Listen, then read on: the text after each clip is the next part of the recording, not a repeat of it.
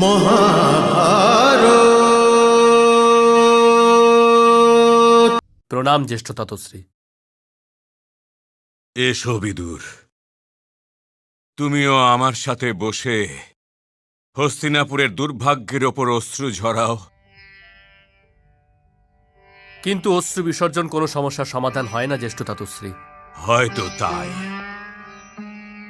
কিন্তু যদি মাতা মরণশয্যার সামনে পড়ে থাকেন এবং সমস্ত বৈদ্যরা ওর নারীর ওপর থেকে তাদের হাত সরিয়ে নেন, তবে এমন মাতার অসহায় পুত্র ক্রন্দন ব্যতীত আর কি বা করতে পারে? পুত্র, আমি দুজন মায়ের পুত্র বিদুর, দুজন মায়ের। আমার দ্বিতীয় মা এই হস্তিনাপুর নগরী। তুমি তো মহান রাজনীতিবিদ বিদুর, তুমি কি যুদ্ধকে এড়িয়ে বাইরে বেরিয়ে যাওয়ার কোনো পথ দেখতে পাচ্ছ? যদি পাণ্ডবরা যুদ্ধের সিদ্ধান্ত নাই নিয়ে থাকত, তাহলে অর্জুন দিব্য অস্ত্রের খোঁজে স্বর্গের দিকে কেন গেল মহাত্মা বিদুর? তবে কি আপনি এটা বলতে চাইছেন আচার্য যে ওদের এই সিদ্ধান্ত নেবারও কোনো অধিকার নেই?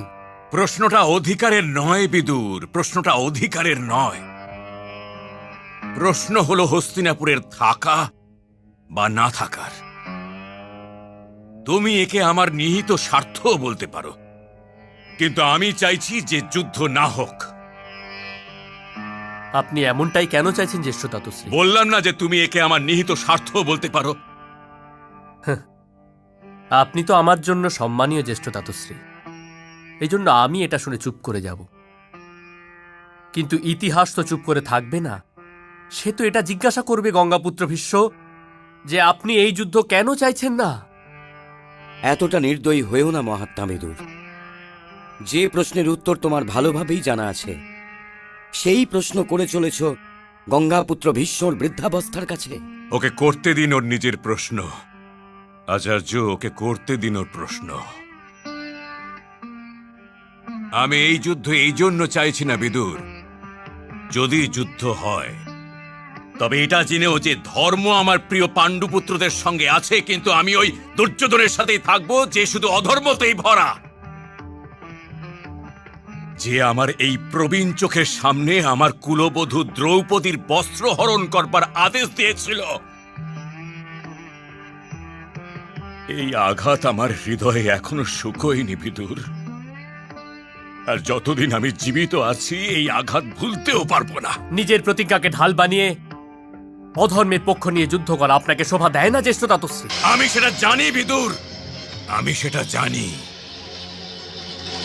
তবুও আমি আজ তোমাকে এই প্রশ্নটাই করছি মহাত্মা বিদুর, যে আমার কি করা উচিত।